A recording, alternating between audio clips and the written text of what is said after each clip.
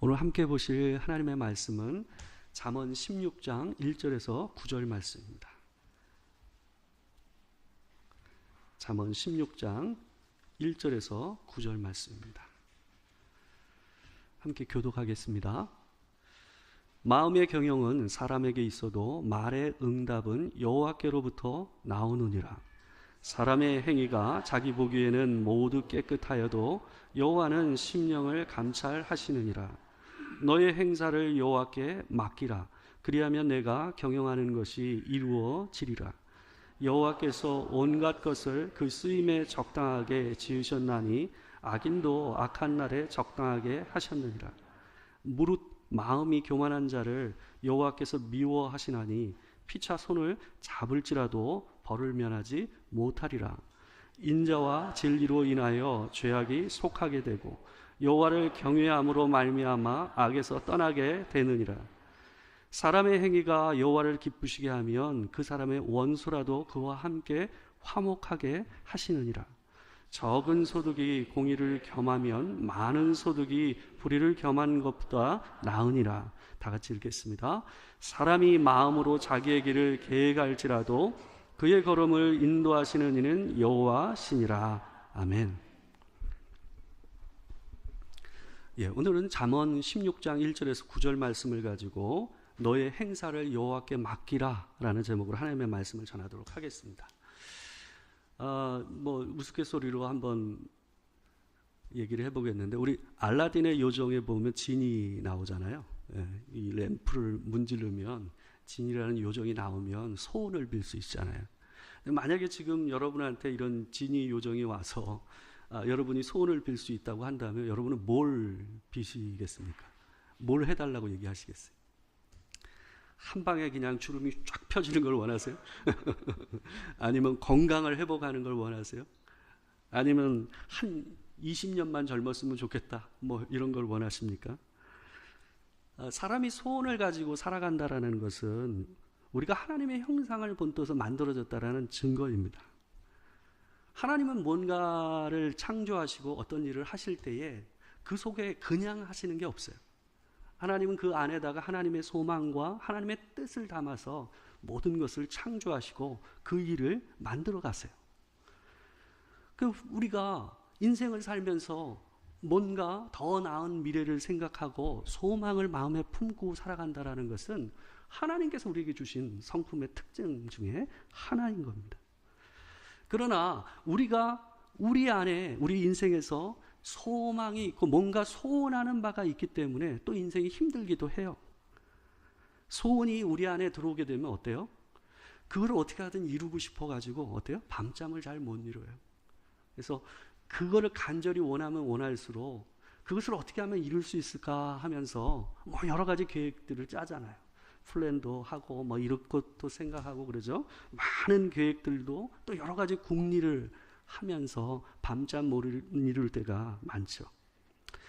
어느 정도 계획이 수립이 됐다, 이 정도면 됐다라고 생각되면 사람들이 어때요? 그 계획을 실행에 옮기잖아요. 그래서 현장에서 그 일을 해보죠. 그래서 많은 정신적인, 육체적인 고통을 감내하면서 그것을 이루고자 하는 마음에서 그 일을 하잖아요. 근데 때로는 계획 단계에서 전혀 예상하지 못했던 일들을 어때요? 현장에서 경험하게 되지 않습니까? 계획대로 인생이 돌아가지가 않잖아요. 계획 안에 현장이 다 들어가지를 못해요. 예기치 않은 일들을 맞닥뜨리게 되고 또 생각하지 못했던 변수를 만나게 됩니다.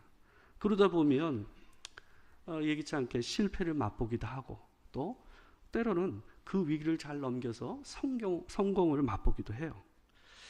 오늘 본문은 자신이 소원하는 바를 이루기 위해서 달려가는 인생을 향해서 하나님께서 주시는 교훈과 지혜를 담고 있는 본문이에요. 오늘 본문 1절과 9절을 보게 되면 이 소원과 관련해서 사람이 하는 일과 하나님께서 하시는 일을 대조를 하고 있어요. 1절을 보게 되면 마음의 경영은 사람에게 있어도 말의 응답은 여호와께로부터 나오느니라 라고 되어 있어요. 여기에 나오는 경영이라는 말은 일반적으로 우리가 회사를 경영한다, 어떤 가게를 운영한다, 이런 비즈니스를 얘기하는 이 표현이 아닙니다. 여기에 나오는 경영이라는 것은 본래 계획을 의미하는 거예요. 계획. 그러니까 아주 디테일한 자기가 그 소원을 이루기 위해서 짜놓은 아주 디테일한 계획을 갖다가 표현하는 말이 여기에 나오는 경영이라는 말로 번역이 된 거예요. 계획을 의미하는 단어입니다. 사람은 계획을 하지만 하나님께서 어떻다라는 거예요? 응답을 하신다라고 되어 있어요. 그러니까 여기에 나오는 응답이라는 것은 어떤 걸 결정하고 결과를 내는 것을 갖다가 얘기하는 겁니다. 9절 말씀에서도 이렇게 얘기해요. 사람이 마음으로 자기의 길을 계획할지라도 그의 걸음을 인도하시는 이는 여호와시니라. 솔로몬은 이 두 개를 대조하면서 사람의 계획이 의미가 없다라는 걸 얘기하는 게 아닙니다. 오늘 본문에서 얘기하고자 하는 것은 사람의 계획과 사람이 그 계획을, 그 소원을 이루기 위해서 하는 일들이 쓸모가 없다.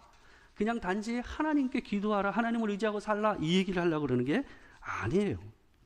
각각의 역할이 다르다라는 거예요. 우리가 당연히 규모 있는 인생을 살고 보다 나은 내일을 맞이하기 위해서는 어떻게 해야 돼요? 계획이 있어야 돼요. 그리고 그 계획에 걸맞는 실행이 있어야 더 나은 미래를 얻을 수가 있어요. 그러나 최종 결정과 하나님께서 우리의 인생의 진로를 이끌어 가시는 것은 결국 누구에게 달렸다라는 거예요?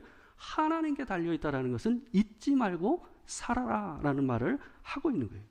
우리가 아무리 A안, B안, C안이라는 아주 다양한 상황들을 감안해서 여러 플랜을 짠다 할지라도 반드시 생각하지 못했던 부분을 우리는 현장에서 맞닥뜨리게 돼요. 예기치 못한 변수와 변화무쌍한 상황이 현장에는 있단 말이에요. 그래서 우리는 그 일을 내가 생각했던 계획을 실제로 실행에 옮기면서 뭘 느껴요? 우리의 계획의 한계를 느껴요. 우리 예전에는 사람들을, 이 유형들을 갖다 이렇게 분별할 때 뭘 가지고 많이 얘기했어요? 혈액형 가지고 얘기했잖아요. 그래서 뭐 O형이냐, B형이냐, C형, 뭐 C형은 없나? 하여튼 O형이냐, A형이냐, 뭐 이렇게 해가지고 A, B형이냐, 뭐 이런 걸 가지고 저 사람이 성품을 갖다 나누고 뭐 이런 식으로 얘기했잖아요. 근데 요즘은 이 MBTI라는 이 성격 유형 검사를 가지고 주로 얘기를 많이 하더라고요. 유행처럼 번졌어요. 그래서 이 TV 프로그램 보게 되면 너 T지 뭐 이런 거, 너 F지 뭐 이런 얘기 하는 게 그게 다 뭐예요? 그게 MBTI 얘기거든요. 이 MBTI는 16가지로 사람의 성격 유형을 나눠서 검사하는 거예요. 저는 그 유형 중에서 ISTJ라는 유형입니다. 검색하지 마세요. 저를 깠습니다. 제 유형은 ISTJ예요. 근데 ISTJ 중에서 마지막에 있는 J라는 유형은 이게 뭐냐 하면 판단형이라는 말의 약자예요. J가. 그래서 이런 유형은 어떤 성향을 가지냐면 계획을 아주 구체적으로 하고 그 계획대로 인생이 돌아가기를 바라는 마음이 강한 성향, 그런 사람이 J형이에요. 저를 아시겠죠? 그게 저입니다. 이번에 휴가 때도 아내하고 같이 이제 가기 위해서 제가 이제 뭐 짬짬이 시간을 내서 유튜브로 뭐 영상도 찾아보고, 그 다음에 뭐 여행 인플루언서들의 그 글들도 네이버 블로그 뭐 이런 것도 찾아보고 막 그랬어요. 성격이 어쩔 수가 없어요. 그래서 뭐 그런 자료 찾아보고, 요즘은 구글 맵을 보면요, 어떤 것까지 다 나오냐 하면요, 버스 노선, 드는 시간, 비용, 그 다음에 몇 시에 오는지 이런 것까지 구글맵에서 다 알려주거든요. 그리고 지도로 어떤 길로 이렇게 연결되는지 이런 것까지 다 확인할 수가 있어요. 그러니까 그런 것까지 다 확인했어요. 그래서 이제는 뭐 딱 출력해서 가져갔으니까 되겠다 싶었죠. 근데 막상 그걸 들고 갔지만 현장에서 가서 아내하고 둘이 돌아다닐 때는 어때요? 계획이 다 틀어져요.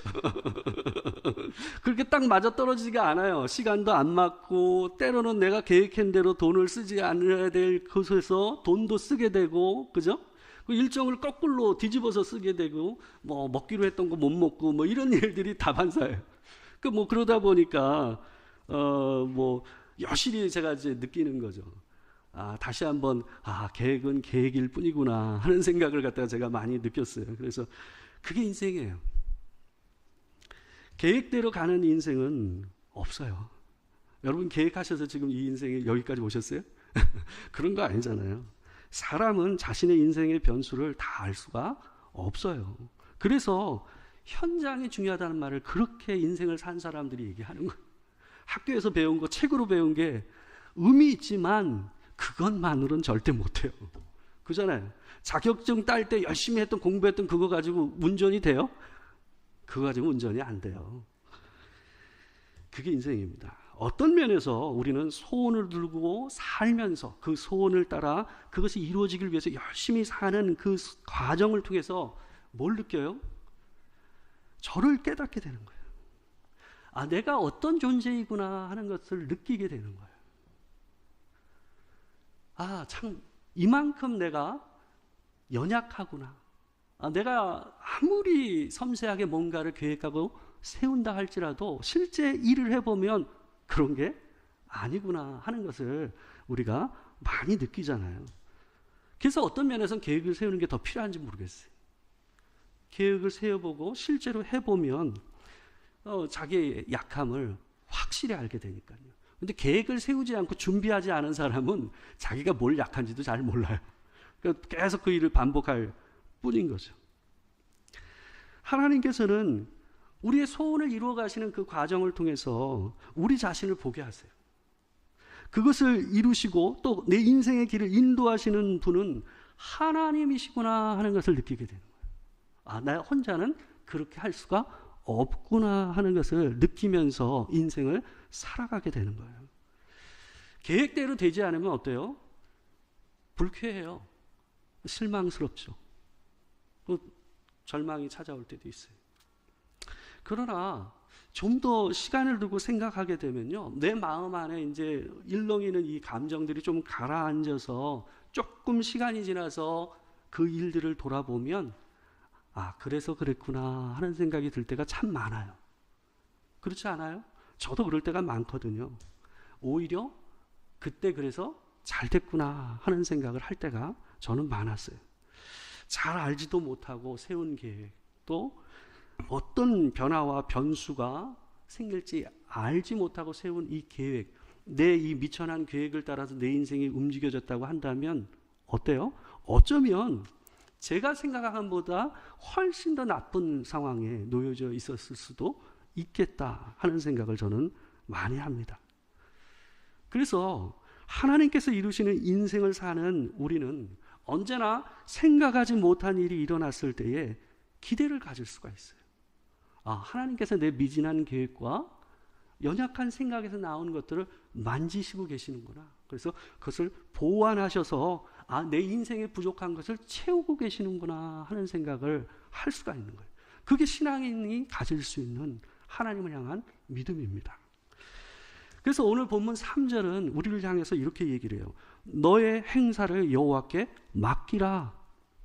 너의 행사라는 말은 뭐냐 하면 내가 소원을 두고 있는 것을 계획한 것을 이루기 위해서 열심히 하는 그 모든 것들을 포괄하는 말이 너의 행사예요.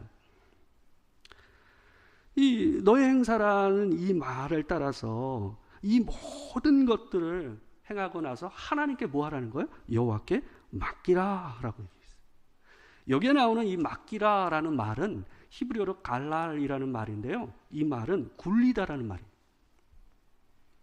마치 내 손 안에 있었던 내 삶의 소망, 그리고 내가 그것을 이루기 위해서 열심히 했던 그 모든 것들을 뭐 한 거예요? 열심히 한 이후에 하나님의 손에다가 뭐 하라는 거예요? 그걸 굴려서 올려드리라라는 의미를 가지고 있는 게 갈랄, 이 맡긴다라는 말의 의미예요.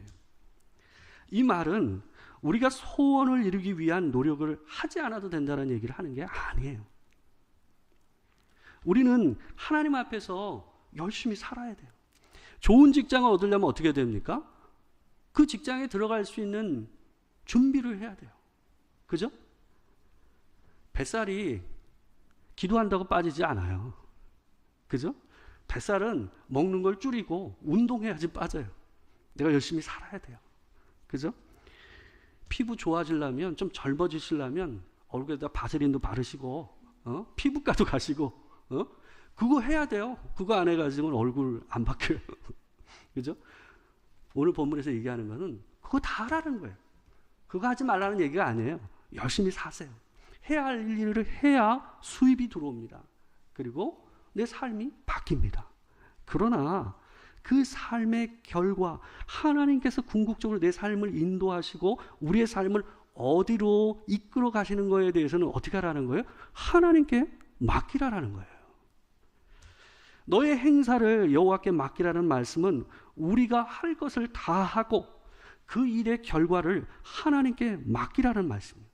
내가 원하는 것에 이 콘크리트처럼 굳어져서 살지 말고, 그거 아니면 안 돼라는 마음으로 살지 말고, 인생 안에서 하나님께서 내 삶을 만져가시고 이끌어가신 그 손길을 어떻게 하라는 거예요? 인정하고 기대하고 살라라는 말이 너의 행사를 여호와께 맡기라라는 말씀의 의미예요.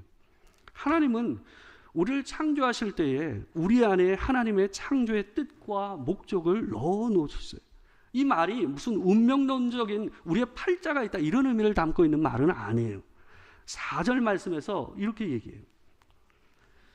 여호와께서 온갖 것을 그 쓰임에 적당하게 지으셨나니 악인도 악한 날에 적당하게 하셨느니라. 까지도 하나님께서 그 쓰임에 적당하게 할 만큼 그렇게 하신 것처럼 우리 모든 사람 안에는 하나님의 쓸모와 하나님의 뜻과 목적에 따라서 그 삶에 뭐예요? 주님의 의도가 들어가 있다라는 거예요. 우리가 하나님의 인도와 그분의 뜻을 받아들이지 못하는 가장 큰 이유가 뭔지 아세요? 오늘 본문이 이렇게 얘기하는 거예요. 본문 2절을 우리 같이 한번 읽어봅시다. 같이 읽겠습니다. 자, 시작. 사람의 행위가 자기 보기에는 모두 깨끗하여도 여호와는 심령을 감찰하시느니라. 내가 옳다고 생각하고 내 길이 무죄하다고 생각하면 사람들은요, 하나님의 만지심, 하나님께서 내 인생을 바꾸어서 이끌어 가시는 그 손길을 받아들이기가 힘들어요. 근데 대부분의 사람들은 어때요? 자기가 옳다는 생각이 굉장히 강합니다. 그래서 싸우게 되는 거예요.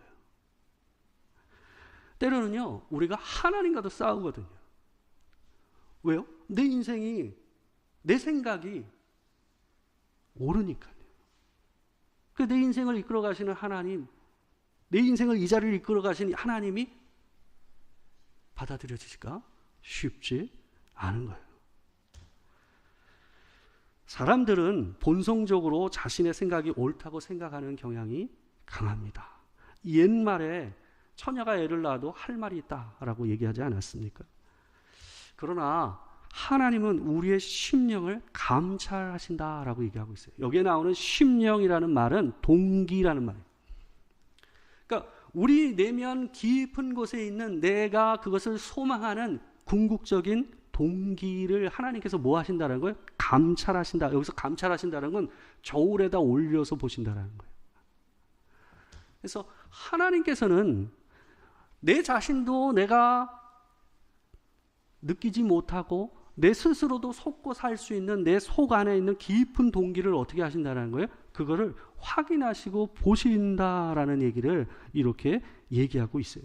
그 얘기는 뭐냐 하면 우리가 소원을 따라서 그것을 위해 열심히 내 모든 삶을 던지면서 살아가면서 하나님께서 어떤 일을 하시냐 하면 내 속 안에 있는 깊은 동기를 보게 하시는 일들을 하세요. 내 속에 있는 죄를 확인하게 하시고 나의 연약함과 또한 나의 죄를 하나님 앞에서 고백하게 하시는 일들을 하신다라는 얘기입니다. 우리 인생에서 뭔가가 이루어지는 과정은 이런 과정을 거치는 겁니다. 피조물로서의 한계와 내 안에 있는 숨은 죄를 보는 일들을 거쳐가면서 어때요? 하나님은 우리가 가진 소원을 이루어 가세요. 오늘 본문 6절을 보겠습니다. 제가 한번 읽어드리겠습니다. 인자와 진리로 인하여 죄악이 속하게 되고 여호와를 경외함으로 말미암아 악에서 떠나게 되느니라. 하나님이 우리의 소원을 이루시는 과정 중에 우리는 하나님의 사랑과 진리를 경험하게 된다는 얘기예요. 진리, 바로 내가 옳다고 얘기한다고 그랬었잖아요. 근데 진리는 뭐예요? 하나님께서 옳으시다라는 걸 경험하게 된다는 거예요. 그분이 진짜 참으로 옳다라는 것을 그 소원이 이루어지는 과정, 하나님께서 내 인생을 이끌어가시는 과정 중에서 경험하면서 하나님 앞에 내가 잘못했습니다, 내가 악했습니다 하는 것을 고백하게 하시고, 또한 그 가운데서 인자라는 것은 사랑을 얘기하는 거예요. 하나님께서 우리에게 주시는 그 사랑을 경험하고 확인하게 하시는 거예요. 그 사랑을 통해서 우리의 죄를 고백한 것이 뭐예요? 속해지는 일들이, 깨끗해지는 일들이 일어난다라는 것을 오늘 본문 6절이 얘기하고 있는 거예요. 하나님은 소원에만 마음을 두고 살아가는 우리에게 그 소원을 이루어가는 그 과정을 통해서 우리의 존재를 보게 하시고 우리의 죄를 보게 하시고 또한 하나님의 진리와 사랑을 경험하게 하시는 일들을 하신다라는 것을 오늘 본문이 얘기하고 있는 거예요. 처음에는 어때요? 우리는 소원에만 집중하지만 그 하나님과 동행하면서 뭘 경험하게 돼요? 하나님에게 집중하는 일들을 일어나게 돼요. 그 일이 잘 되냐 안 되냐만 우리 마음에 있었는데 나중에 그 일을 통해서 나를 보게 되고 하나님을 보게 되는 일들을 경험하게 된다라는 것을 오늘 본문이 얘기하고 있는 겁니다. 마지막으로 우리는 소원이 성취되는 정도에 집중하지만 하나님은 도리어 7절과 8절 말씀대로 우리 안에 있는 관계에 집중을 하세요. 그 소원이 얼마나 잘 이루어졌는가 성과에 우리는 집중하지만 하나님은 어때요? 우리의 관계에 집중하신다는 거예요. 우리 7절과 8절 같이 한번 읽겠습니다. 자, 시작. 사람의 행위가 여호와를 기쁘시게 하면 그 사람의 원수라도 그와 함께 화목하게 하시느니라. 적은 소득이 공의를 겸하면 많은 소득이 불의를 경하는 것보다 나으니라. 하나님은 우리가 죄 가운데서 많은 것을 얻는 것보다 하나님이 원하시는 방식을 따라 공의 가운데서 적은 소득을 가지고 살아가는 것을 하나님께서는 원하세요. 하나님과 함께 소원을 이루어가는 인생은 관계를 얻어요. 화목을 얻는다고요. 근데 하나님과 함께하지 않고 그 소원에만 집중해서 그것을 이루느냐 마느냐에만 물불 안 가리고 달려가는 인생은 어떻습니까? 얻기는 얻어요. 얻는 경우가 많습니다. 근데 뭘 놓쳐요? 모든 관계를 잃어버리는 자기의 삶을 발견하는 경우들을 많이 발견한다는 거예요. 2011년도에요. 많은 사람들이 존경했고 따랐던 한 이 사업가가 이 죽음을 맞이했습니다. 바로 스티븐 잡스입니다. 애플의 최고 경영자였던 스티븐 잡스였습니다. 근데 이 사람이 죽기 전에 했던 이 유언과 같은 말이 이 많은 사람들에게 굉장히 울림을 줬어요. 지금도 유튜브에서 이분의 이 유언과 같은 말을 검색하면 바로 나옵니다. 근데 제가 한번 이 사람이 했던 말 중에서 일부를 좀 끄집어내서 여러분들 들려드리고자 합니다. 이 사람이 죽음을 며칠 앞두지 않고 이 얘기를 했어요. 제가 한번 읽어드릴게요. 내용 앞에 있는 부분도 한번 보시기 바랍니다. 나는 비즈니스 세계에서 성공의 끝을 보았다. 타인의 눈에 내 인생은 성공의 상징이지만 일터를 떠나면 내 삶에서 즐거움은 많지 않다. 결국 부는 내 삶의 일부가 되어버린 하나의 익숙한 사실일 뿐이었다. 병들어 누워 과거의 삶을 회상하는 이 순간 나는 깨닫는다. 자부심을 가졌던 사회적 인정과 부는 결국 닥쳐올 죽음 앞에 희미해지고 의미가 없다는 것을 이제야 나는 깨달았다. 생을 유지할 적당한 부를 쌓았다면 그 이후로는 부와 무관한 것을 추구해야 한다는 것을. 신은 우리에게 부가 가져오는 환상이 아닌 만인이 가진 사랑을 느낄 수 있도록 감각을 선사했다. 내 인생을 통해 얻은 부를 나는 가져갈 수 없다. 내가 가져갈 수 있는 것은 사랑이 넘쳐나는 기억들 뿐이다. 차를 운전해주고 돈을 벌어줄 사람을 고용할 수는 있다. 그러나 병을 대신 알아줄 사람은 구할 수 없다. 잃어버린 것들을 되찾을 수 있다. 그러나 잃고 나서 절대 되찾을 수 없는 것이 하나 있으니 그것은 바로 삶이다. 가족, 배우자, 친구들에 대한 사랑을 귀하게 여겨라. 자신에게 잘하라. 다른 사람을 소중히 여겨라. 이게 최고의 부자였고 최고로 존경을 받았던 창의적인 사업가였던 이 스티븐 잡스가 마지막으로 남긴 유언입니다. 하나님께서 우리를 향해서 하시는 말씀이 아닌가 들 정도로 상당히 잠언적인 느낌이 많이 드는 이 말들이 아닌가 하는 생각이 듭니다. 자기 인생에서 다 이룬 것처럼 알려진 사람의 고백이에요. 저는 여러분의 소원이 이루어지길 저는 소망합니다. 그래서 여러분들을 위해서 제가 늘 기도를 합니다. 그 소원들, 여러분이 미처 제게 얘기하지 못했던 것들을 제가 여러분하고 슬쩍슬쩍 대화하면서 들었던 것들을 늘 기억해서 여러분을 위해서 제가 기도해요. 그렇지만 제가 더 소망하는 게 있어요. 오늘의 말씀처럼 여러분이 그 소망하고 그것을 위해서 열심히 내달리는 삶을 통해서 저는 여러분이 여러분을 확인하고 하나님을 배우시고 하나님을 알게 되기를 저는 소망합니다. 그 길이 참된 복이 있는 줄 믿습니다. 여러분과 제가 인생에서 소망을 가지고 사는 삶, 소원을 가지고 사는 사람은 귀합니다. 열심히 달리십시오. 또 일을 하십시오. 그러면 또 하나님께서 은혜 주실 줄 믿습니다. 그러나 그 가운데서 하나님께서 주시는 지혜와 은혜를 확인하시면서 깨닫는 인생을 사시는 여러분과 제가 되길 주의 이름으로 축원합니다. 기도하겠습니다.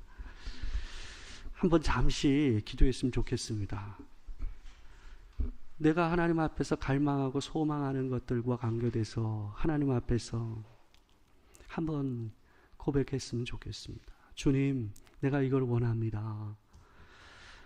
그러나 나의 계획과 나의 생각이 짧고 연약하오니 하나님 내게 은혜를 주사 더 선한 것으로, 하나님께서 원하시는 더 아름다운 것으로 우리를 인도하여 주시옵소서. 그 손길을 받아들이고 또 감사할 수 있는, 기대할 수 있는 마음을 내게 허락하여 주시옵소서. 우리 함께 기도하겠습니다. 사랑하는 주의 아버지 하나님, 우리가 하나님 앞에서 참으로 내가 인생을 살면서 나의 계획과 나의 소망을 따라 열심히 살았습니다. 그러나 그 속에서 나의 연약함과 부족함을 참 많이 느꼈습니다. 하나님, 나를 보게 하신 주님 감사합니다. 주님, 하나님을 또한 보게 하셨사오니 감사합니다. 주님, 소망하는 것, 소원하는 것에만 집중하지 않게 하시고 나도 보고 하나님도 보고 내 주변에 있는 귀한 가족과 배우자와 친구들과 교회의 지체들을 돌아볼 수 있는 마음을 우리에게 허락하여 주시옵소서. 그래서 우리의 열매가 소득에서 끝나는 것이 아니라 화목으로 이어지는 은혜를 우리에게 허락하여 주시옵소서. 주님, 우리를 기억하여 주시기를 소망합니다. 사랑하는 주님, 내 안에 소원을 주시고 또 그 소원을 따라 열심히 살게 하신 주님 감사합니다. 하나님, 하나님께서 더 아름다운 것으로 나를 인도하고 계시고 내가 생각하지 못했던 그 모든 변수를 감안하셔서 우리의 소망을 이루어 가시는 하나님인 줄 믿습니다. 그러나 때로는 하나님께서 나를 만지시고 나를 이끌어 가시는 그 손길이 때로는 부담스럽고 불편하고 불쾌할 때도 있었다라는 것을 고백합니다. 하나님, 우리가 순한 마음을 가지고 기대하는 마음을 가지고 감사하는 마음을 가지고 하나님께서 내 인생을 이끌어 가심을 인도하시고 이루어 가심을 감사하고 기대하며 살 수 있는 우리가 되게 하여 주시옵소서. 우리의 소망이 소득에서 멈추는 것이 아니라 화목으로 이어지는 은혜를 더하여 주시옵소서. 지금은 우리 주 예수 그리스도의 은혜와 아버지 하나님의 크신 사랑과 성령의 교통하심이 참으로 하나님 앞에서 하나님의 이끌어 가시고 하나님이 이루시는 그 인생을 갈망하고 기뻐하며 살기를 소망하는 이 자리에 있는 모든 성도들 가운데 지금으로부터 영원토록 함께 하시기를 축원하옵나이다. 아멘.